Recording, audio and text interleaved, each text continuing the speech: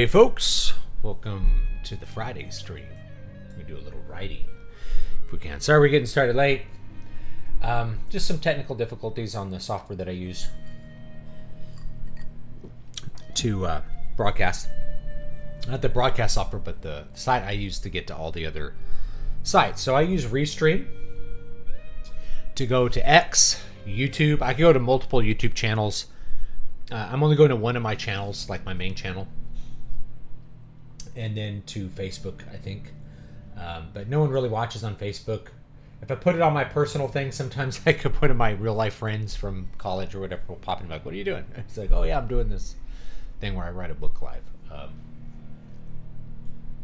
So they changed the interface on it, and so it's not like it's broken. It's just the options that were really obvious before are just like you have to go look for them.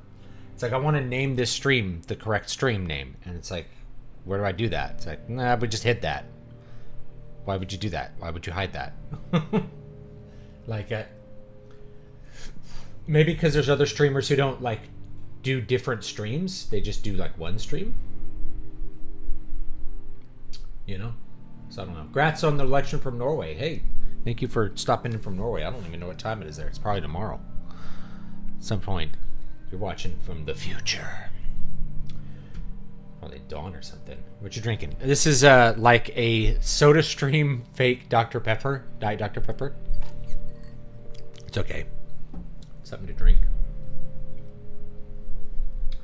So anyway, that's why we're starting a little late. But let's jump into it. Where's the document? It's here. Let me pull this. I gotta kind of get it situated. I work on like this big 4K screen. So if anybody's like, what kind of monitor setup should I use? Well, I used to use 3 monitors, which was great. And it was cool to play games on 3 monitors because you could like, it kind of surrounded you a little bit. I changed over to one large 4K screen. So it's like having 4 1080p monitors in a little work arrangement here. It works really well. There's advantages to each. So if you're ever thinking of, hey, can I use a 4K TV as a monitor? Yes. If it has like a low latency mode, that's probably best. And this one does, so it works really good for that. And I can just kind of position everything wherever I want it to be. So, you know, this is kind of in one corner of the screen, but I could put it in the middle if I wanted to, and, you know, do whatever to like show my work, I guess. So this is kind of slightly off of center. But this way I could like have the chat here if I wanted to. You know, I could like, ooh, here's the chat.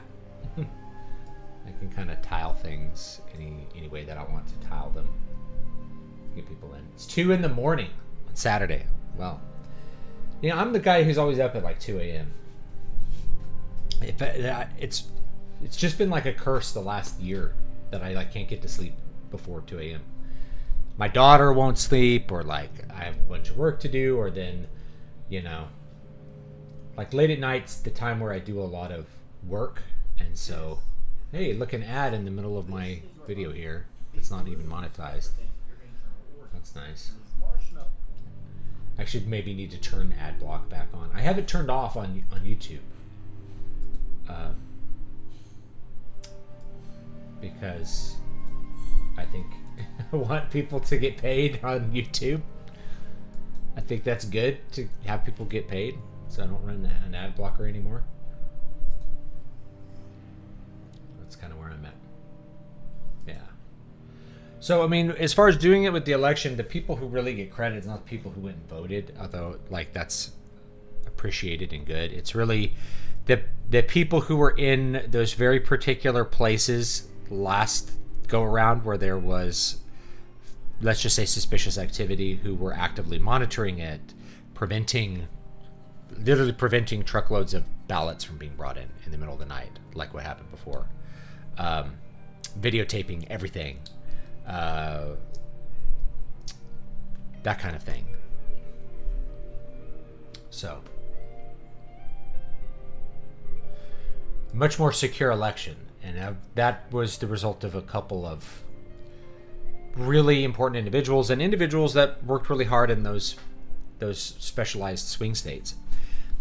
Without all the mail-in ballots, you saw that there's close to 20 million missing ballots that voted for Democrats last time. And this has raised a lot of concerns to people. They're like, was there a bunch of fraud in this election? It's like, you're almost there. You're almost there. So people from the other side, from the Democrat Party, are like, well, we need to audit the election. It's like, absolutely, let's do it. You may not like what you find. Or maybe you will, I don't know. But, yeah. Yeah, audit the election, absolutely. We need to design a process where we can guarantee the results. Where people can feel guaranteed that, like, the correct people were able to vote, the incorrect people were not able to vote. And that actually needs to be a priority. Personally, I think mail-in ballots need to go, except for service members. That's my opinion. And like, we even have drive-up voting in Texas for people who are disabled, right? So all the whatabouts were like, what about somebody who's bedridden? How do they get to vote? And the answer is maybe they don't. But the trade-off is a really secure election, right? Is that their quote right to vote is less important than the right of people's votes to actually matter, right? So if you give up on a secure election in order to make sure somebody who, can't get out of bed and is demented can vote, then you're actually violating the rights of everybody else to have their vote counted by creating an insecure election. And there's constitutional concerns, right? Because it's the job of the federal government to guarantee to each of the states a Republican form of government. So a place like California, if it's full of illegals voting and mail-in ballots, and this is something that's been going on for 30 years almost in California, then that's actually a constitutional violation. Like, the federal government should be able to come in and fix the election system and dictate who can and can't vote, because you're violating the rights of the citizens when you allow non-citizens to vote. You're violating their rights. That's my opinion. All right. So, what do we hear? We had this one where we had Victoria basically seducing her jailer. And she's going to feel kind of bad about this as this goes on. But it's once we have matriculated the relationship, we actually have to threaten it. So this is part of the threatening of the relationship.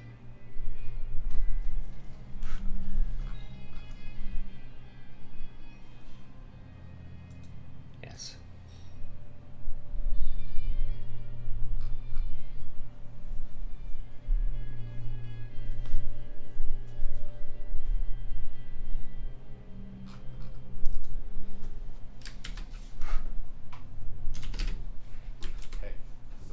More ads. I'm getting like 4 ads on like one song. It's crazy. But I'm not making any money from that.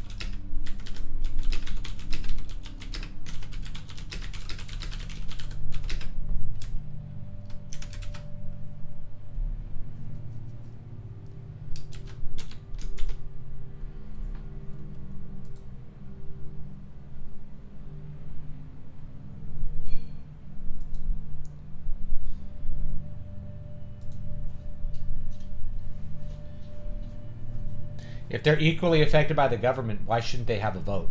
Because they aren't equally contributing to it. They aren't legally allowed to vote according to law. They aren't here permanently, right? They don't have skin in the game in the same way a citizen does. There's a whole bunch of reasons. They're not equally affected either, right? Because they get benefits while they don't pay into them. Their parents didn't pay into them. They're not part of the people. They're not part of the demo, right? So no, non-citizens should not vote. If you think non-citizens should vote, I don't know what to tell you. That's not the case in any country on earth, where you allow people to wander across the border and then cast a vote and participate in government. It doesn't work that way. You have an idea of government by the people, for the people. Who are the people? They're not people who live here temporarily and go back to Mexico, which is honestly most Mexican immigrants, most illegals. They come and go. They go back to Mexico all the time. I know, because I've dealt with them for decades in California. It's pretty routine that we have kids disappear halfway through the school year to go back to Mexico. And those are the people voting, right?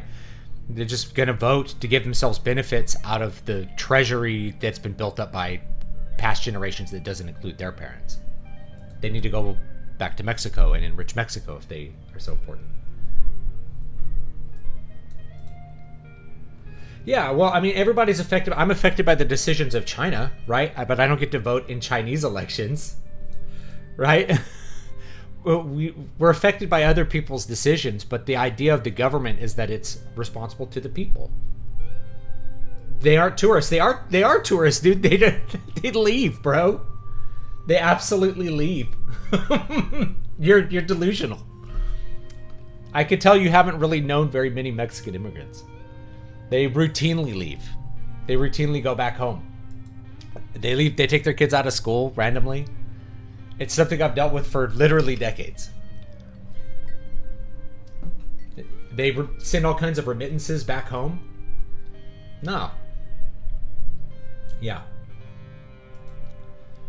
Yeah, you're delusional if you think that a non-citizen, and the thing is, they could become a naturalized citizen and stay here forever, but they don't.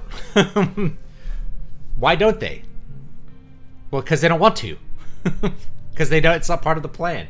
I've known so many people that are even permanent residents, and they're like, well, I'm going to go back to Mexico when I'm done. Hey, no hate on that. You came here to make money, and you want to go back home. But you shouldn't vote in the election. It's nonsense. Get out of here.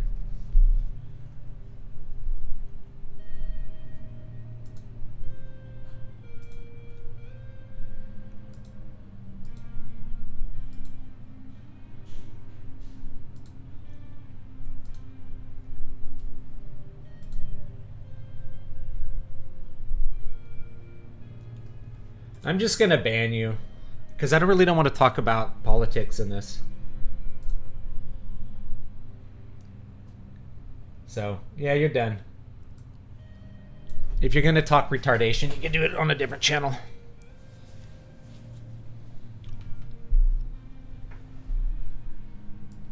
I remember in 2016, someone did the math, and they figured out that, like, if you had taken out all the illegal votes, people who are not citizens voting, then, like, Donald Trump actually would have won the state. It was really crazy to think about that. Like, it's really widespread. You also have people ballot harvesting. A ton of anecdotes of people having their ballots stolen out of their mailbox, and then they can't go vote on voting day. It's like, you already voted. I didn't. Someone stole my ballot.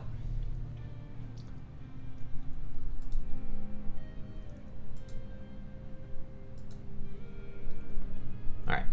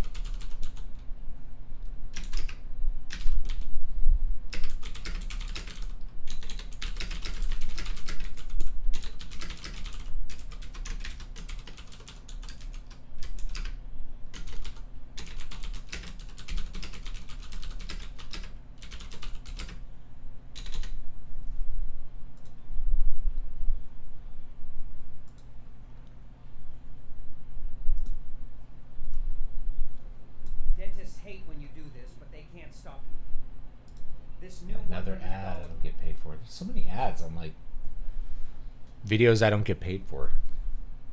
At least YouTube's making some money.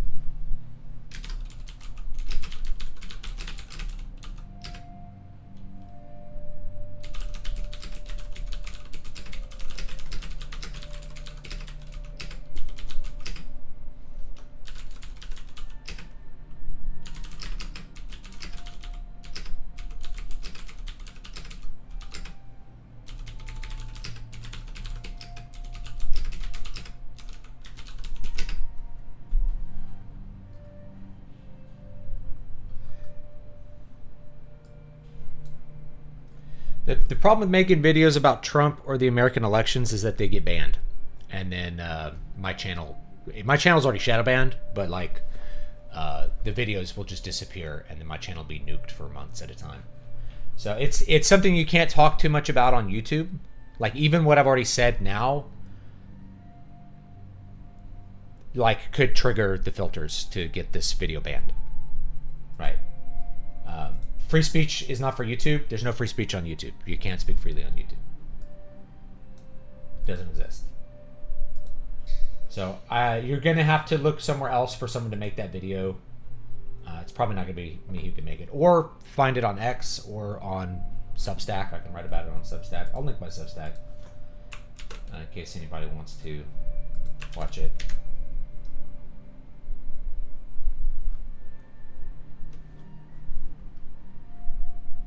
Yeah, I couldn't imagine living in a foreign country illegally and thinking I'm entitled to anything at all. I couldn't imagine like living as a foreigner in Japan and thinking that I'm entitled to anything, right? Even legally, right? Like, what am I entitled to? It's like, why should I participate in the Japanese process? I wanted to move. If I wanted to move to Japan, it's because it's ruled by Japanese people, not me. You know what I mean? Yeah. I'm not going to do them because they're just, I have done them in the past, but you're not going to be able to find many on my channel because they get banned. I've had multiple live streams get taken down without notice. Videos just disappear off the channel because they were political. And then if you talk anything about YouTube, if I make a video about, here's the problem with YouTube.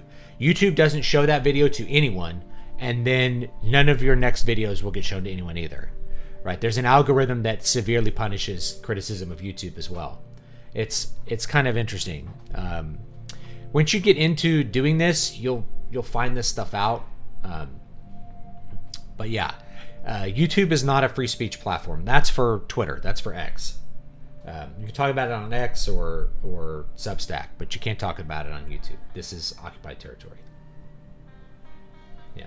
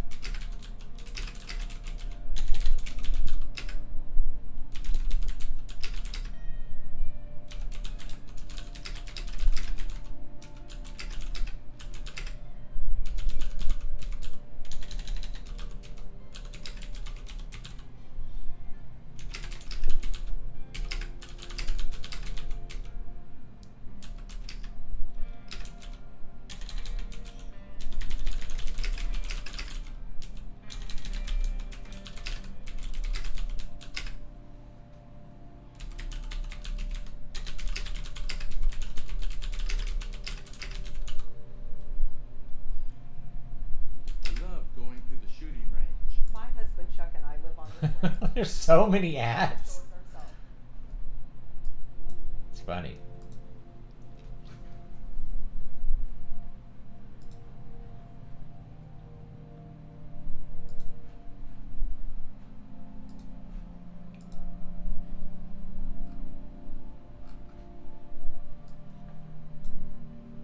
Yeah, we're up to chapter 20 now, which is good. There's the chat. Plato outlived Dionysus of Syracuse.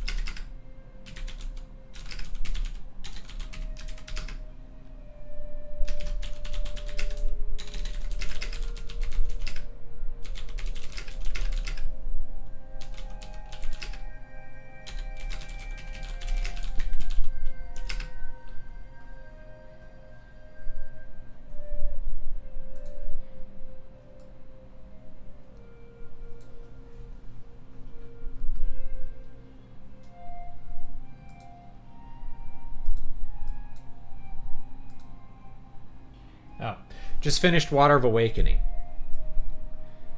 Going to start Needle Ash next. Is there any hope for the Watchers and the Dunmen to become true, fully realized beings in the material world outside the Fae? Or to have fulfilling life, do they have to be content as they are and stay within the dwindling Fae waste? Well, this story kind of deals with it, the one that I'm writing now.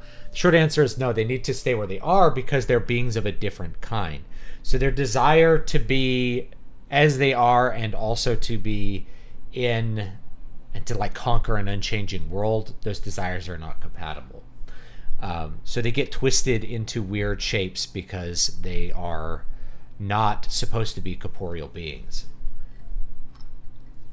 There's elements of that in this story that we're writing right now. So yeah, it's because they're of a different species, really, is the best way to put it. You know, they're not exactly human. So being able to do that would require them to be just a different being. And so that's what it is. It's like in the Fae, they're less mutable and more changeable, and they can make themselves into what they want themselves to be. But in the world that is, it doesn't work that way. You can't change into something else. You are what you are. And so like Helga's transformation is really not her transforming into something else. It's actually her transforming into who she is. Not in like a Gnostic way, like she's secretly a different person, but becoming closer to the image of God, right? Like regaining some of the likeness of God through that transformation, through that touch of the divine, become more like what we were meant to be in the origin. Did you hear they're making a Highlander reboot? Is there any chance it will be good? I think there's little to no chance it will be good unless someone like Henry Cavill is involved, which I think he might be. If he is, then there's a chance it could be good. But to me, I don't think you need to reboot Highlander. I think it's a really good movie as it is. It has a really unique and cool soundtrack for the 80s, a good story, good acting in general, great aesthetics. Could you do it with higher production values? I think you could, for sure. But I don't think it's a necessary reboot. I have had a couple people say, like, this is the kind of movie they should remake because the core of it is so good, but there's so many things about the execution that don't hold up, like the white sneakers 1980s kind of stuff. At times, the Queen soundtrack is just not that good. I mean, if you could keep certain songs from the Queen soundtrack there, that would be rad. But a pop soundtrack just doesn't really go that great with what that kind of story is. I love it because I think Queen's music is great, but there's something to be said for not having a pop soundtrack in a fantasy movie. In the 80s, they did that kind of stuff. There was was it Ridley Scott's movie? It was called Legend. It had Tom Cruise. They had an original orchestral soundtrack, and then for the American release, I guess they replaced it with like a pop soundtrack, which was really bizarre. But they did that kind of stuff in the 80s, you know. You had things like Labyrinth that had like David Bowie singing little songs, and I went and watched Labyrinth again. People have a lot of nostalgia for it, but I think the music doesn't hold up very well. There's some good songs, but a lot of them are just not. It just doesn't really hold up that good. Very creative, but not like the whole thing. It's just missing something. There's not a lot of plot there either.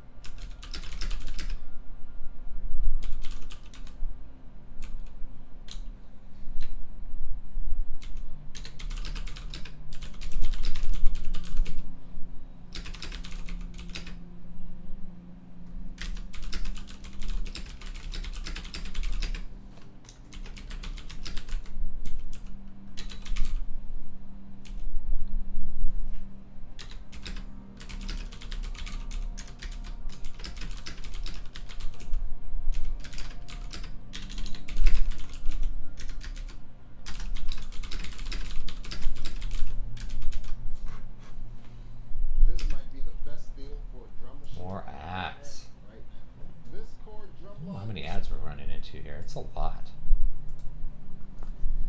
Yeah, to be fair, I think The Labyrinth was more of a David Bowie soundtrack with the movie attached. And that's part of my criticism is I don't think the songs are that good. I know everybody would disagree with me that really loves that movie, but it just... same thing with, like, The Dark Crystal. The Dark Crystal's very creative, but in fact, I think it's more creative. Yeah, I never watched the follow-up series. I was like, this is just milking. You know, it's just a milking thing. And people got mad. Somebody who actually worked on the production got mad and wrote a big, long, angry comment in the comment section when I said I was not going to watch it because I considered it like a skin suit. Which it is, right? Like, none of the people who were involved in the original, like Frank Oz, were working on it. It was just a skin suit thing. Might be good, might be bad, but it's a prequel series, and it's not involving any of the original creators. That's a skin suit. I don't need to watch it. My time is worth more than that. You know? Labyrinth is one of those executive produced that George Lucas did that became a cult classic. Willow is another film around that time that's very beloved. Yeah, I think Willow is really good. That's a Ron Howard movie. Ron Howard directed that one. And it's really well done. It's got a great plot and great characters, a great story. It's a good movie. And really good set design. The main criticism I have for Willow is that it kind of jumps into its final act really abruptly. Like, it really quickly moves into the last and final act quickly in order to kind of tie things up. But overall, I think it's a good movie. And I think for fantasy movies, it's very imaginative. It does play a little bit off of Lord of the Rings, like with the little people, I don't remember what they're called, the short people. They call the big people dakinis or something, like the big ones. But, you know, it does play off of that a little bit, like the land of the halflings. Yeah, Jim Henson had a lot of the things with that too.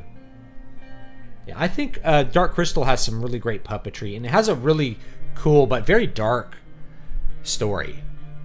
Personally, I think Dark Crystal holds up better than Labyrinth. That's my opinion.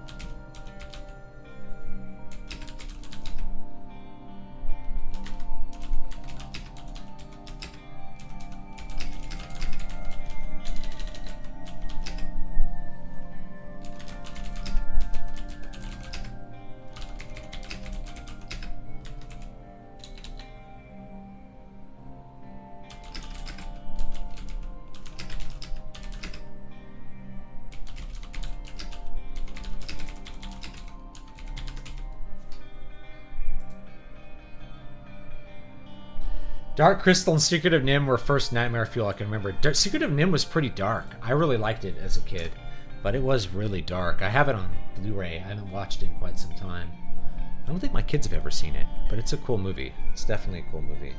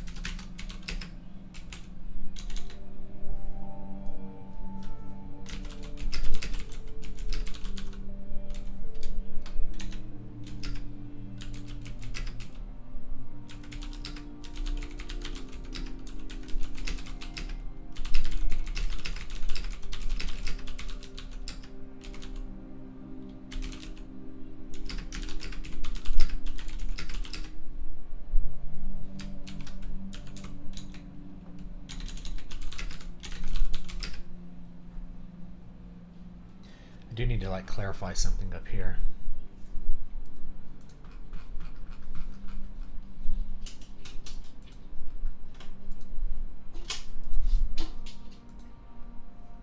Yeah.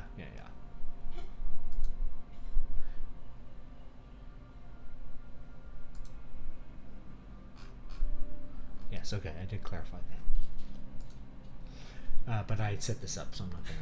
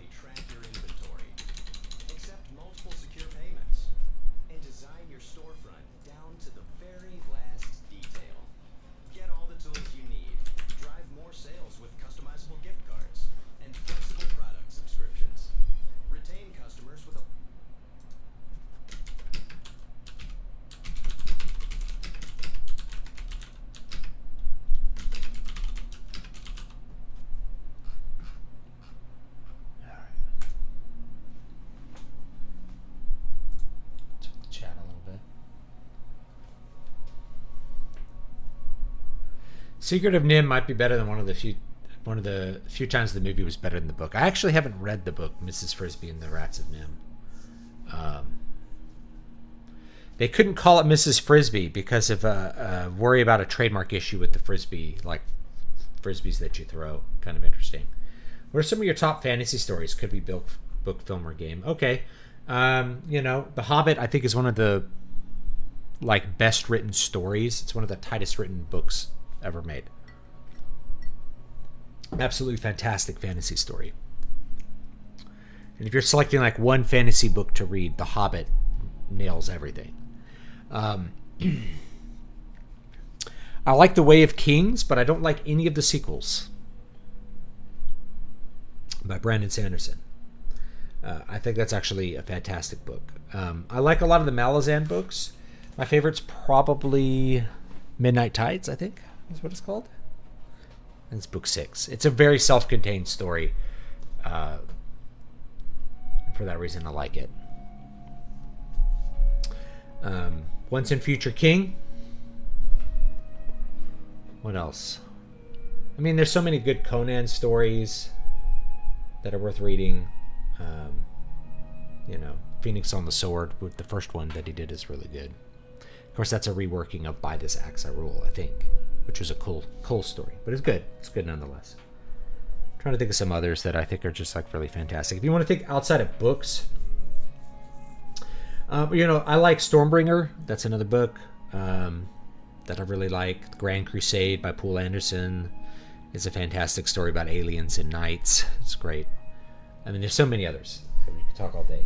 If you want to think outside of books, Willow's a great fantasy story. You don't see a lot of great fantasy stories in movies, to be honest. Like high fantasy. You see other kinds of fantasy stories. I think the Harry Potter series is great. I mean, it's a cliche almost to say that, but it's really well crafted and does a good job with all the stuff that it sets out to do.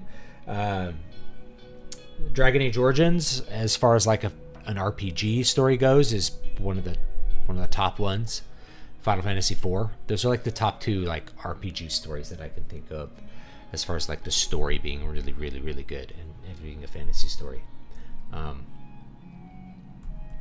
Apparently 43 monkeys escaped a research lab yesterday. When I heard that, it made me think of like 12 Monkeys and made me think of what what was it? The movie about Ebola virus. The Capuchin exhibit in my zoo has monkeys from some lab in Atlanta. Who set all these lab monkeys free? When I think of the Hobbit book, I think of the final act where they turn on each other and are about to kill each other at the mountain, still peeved at Bilbo's betrayal. Yeah. In a hole in the ground, there lived a hobbit.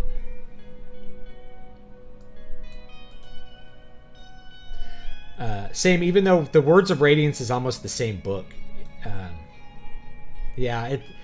Words of Radiance I'm really not a fan of. And then it just like, only the last 200 pages matter. And that actually inspired me to write Crown of Sight. I was like, what if I just skipped the entire fantasy story and just wrote the climax? That's Crown of Sight. And just kind of backfilled the stuff before that. So that was the idea behind that book. Kind of inspired by just like the grotesque waste of pages that Words of Radiance ended up being. And then what was the third one? Oathbreaker? The third one. That one was just really boring. It just like the pace of the story just became so plodding in that one. The Hobbit was my first real novel, made me cry at 12 years old. The Hobbit was the first book I remember reading and enjoying. I had read lots of books before that, but I don't remember really enjoying them. Where I was like, I love this book. That was like the first book I read that I really liked, because you know, so much of what you read was like you read it at school, or my mom got me books. Like even Chronicles of Narnia, which I read before that, I enjoyed those, but I didn't like really love them the same way I loved The Hobbit. I've been trying to read the fourth book, and my lord, yeah, I feel like Brandon Sanderson fell into the Robert Jordan trap just earlier, right? Because his books are longer, even longer than Robert Jordan's. So like, the first book is really good, but even looking back, you probably could have cut about a third of it out because Shallan's story just doesn't actually affect the main plot. So you could actually cut that out and made the book quite a bit shorter. And then the second book, it's just a bunch of characters. It feels like a big midpoint. Characters are just kind of scrambling around, doing nothing, going backwards, getting locked up. And then you have a good climax. And then the third book is just, it's just really slow. Like things happen, but there's 100 pages between every event. And I feel like those events should be like 10 pages apart, not 100 pages apart. I just feel like there's so much wasted space, just characters talking to each other with nothing about nothing. Like trying to fill in the lore and stuff. It's just not good. And that fourth one, Rhythm of War, I still haven't finished that one. Imagine apes team up with AI robots to overthrow humanity. Lies of Locke Lamora is still my favorite fantasy reread. I haven't read that. I gotta read it then. I mean, there's so many good ones. You could talk all day about it. And there's probably dozens that I've already forgotten, you know. Hawkmoon. Jewel in the Skull. That was a good one by Michael Moorcock. I like that one a lot.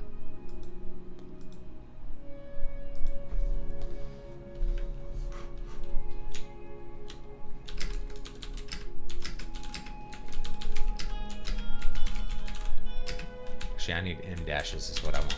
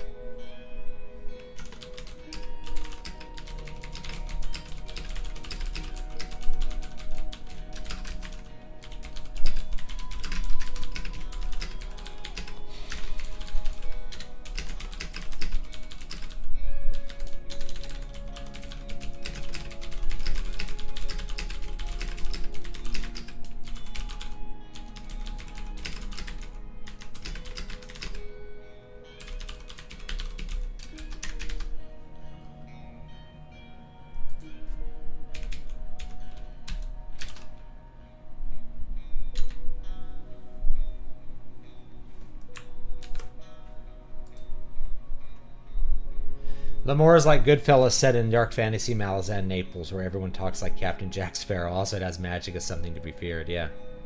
Still trying to find a Brandon Sanderson book that I want to read. His lectures are interesting, but I haven't touched his fiction hardly at all. Well, I like Way of Kings, but I don't like the rest of that series. And I kind of feel that way about Mistborn. Like, I like the first Mistborn book. The second one is just... It feels so slow. That's just what it is. It's just not as good, I guess. It's like a big midpoint book. Everybody's reacting to things, but it has a good little ending. So Mistborn might be a better read. I got to use the bathroom real quick, so I will be right back.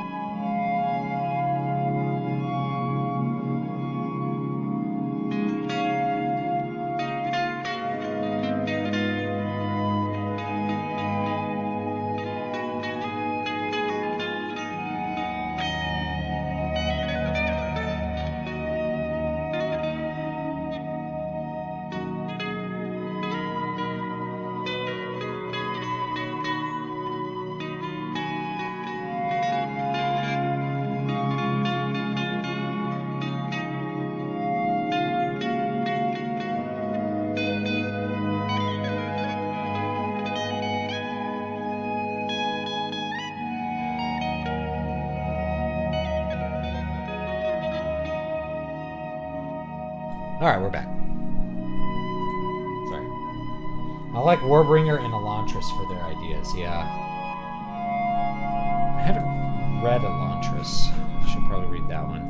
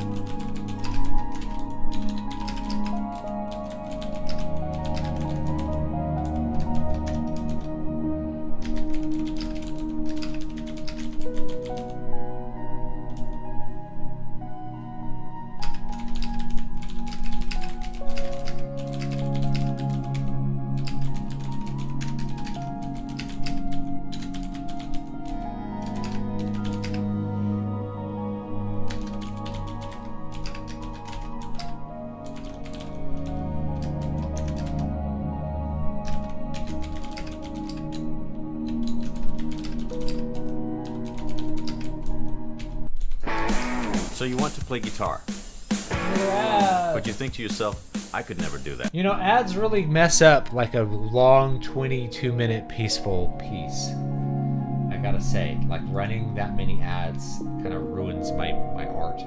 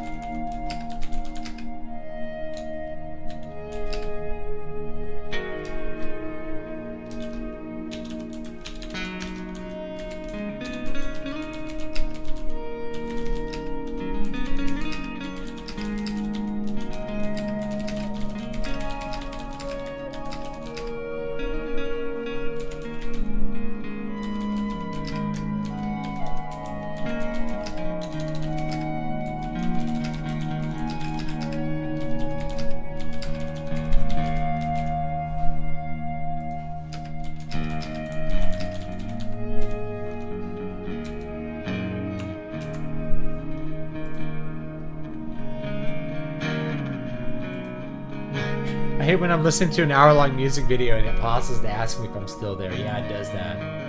Because like YouTube has those long like ambiance videos. I have like an hour-long video on my channel here too. I'll link it real quick. Find it. It's just called Rain. It has this very, very long piece.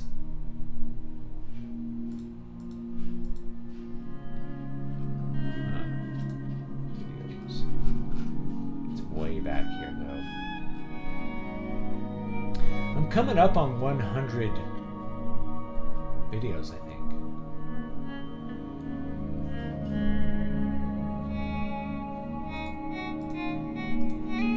So what is ClickUp? Yeah. ClickUp is an all-in... Pause the ad. Coming up on 100.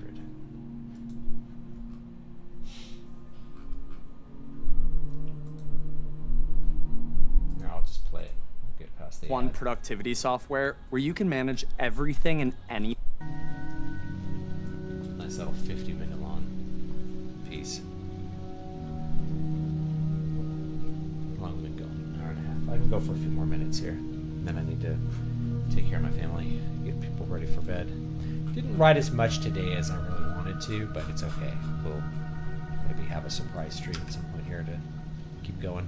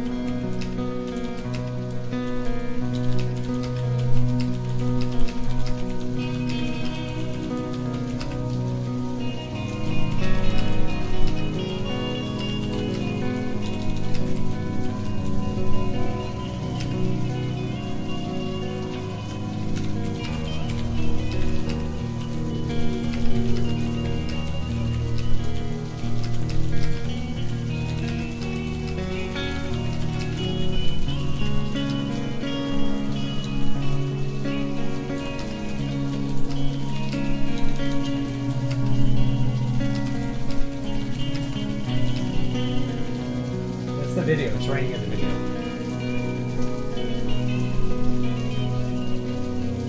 It's raining in the video.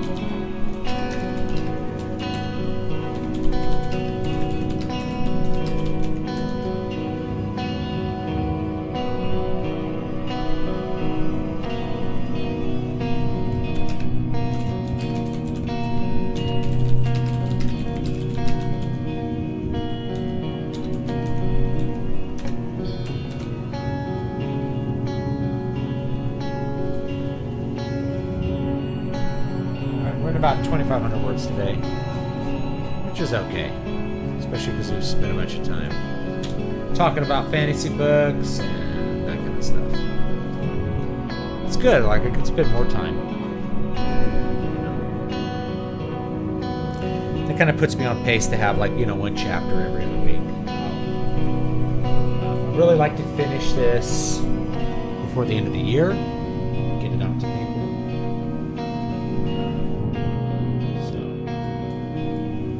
Here's the video, by the way. It's just like rain in my house. Texas.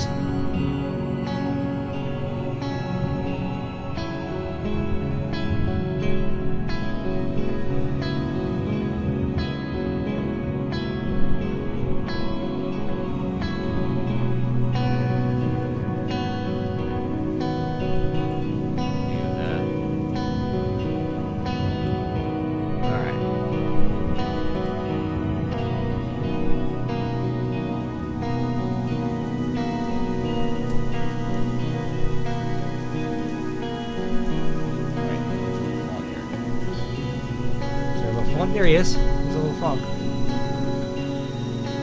Videotape the little frog hopping around. Here we go. Get closer to see the frog.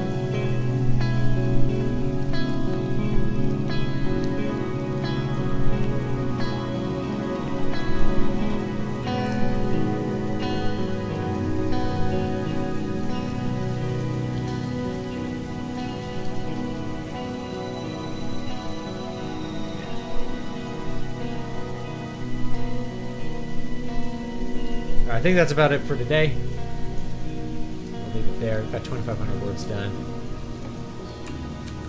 Next one, we're gonna go see what Gwendolyn's mom is. See where she is, where she's hidden.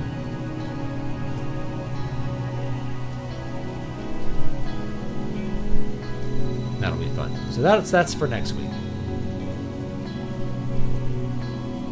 And then we'll have this out for patrons. If you are a member of Patreon, there is a book that is not available elsewhere that you can get as part of that membership. So let me go ahead and link that for you guys. You can get it as part of Patreon membership. And don't forget to subscribe to the Substack. I put out an article every week. This week it's about World of Warcraft. Why it won't be as good as it was. It could still be fun. It could still be good. But it won't be as good as it was in the mid-2000s because that time has... It's no longer that time. The conditions which allowed it to be as good as it was are no more. When it came out, there was no social media. Like, the internet was still pretty... High-speed internet was still pretty new. MMOs were still pretty new. And it was a big, overwhelming experience where you got forced to meet other people. So all of those positive experiences, you can still have new positive and fun experiences. And if you play Classic now, it's still a better game than retail, in my opinion. But it can't ever be quite as good or quite the same. And there are good reasons for that. So that's what that article is about. So check it out. Let's see if there's anything else I should do. Oh yeah, the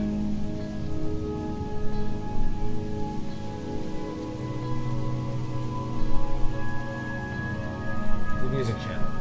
Subscribe to that if you like the ambient music. I'll paste that in. Sorry it started a little late today. I appreciate everybody hanging out with me and chatting about politics or whatever else. I don't want to talk endlessly about politics because we really would have gotten off track. So, yeah. So some people ask, like, what would you rate the causes of the result? We could talk about that somewhere else. I can't talk about it too much on YouTube because it gets, it'll get the video flagged. We won't be able to monetize it, or it'll get limited views, or it won't be viewable, or it'll get deleted for violating community standards. You know, YouTube is still hostile territory. Just because Trump won doesn't mean all the social media companies are going to open up and let you just speak freely about stuff or express a political opinion. We're not there yet. Anyway, guys, we'll see you all next time. Have a great, great day. I appreciate everybody hanging out with me. It's a lot of fun to write some fantasy.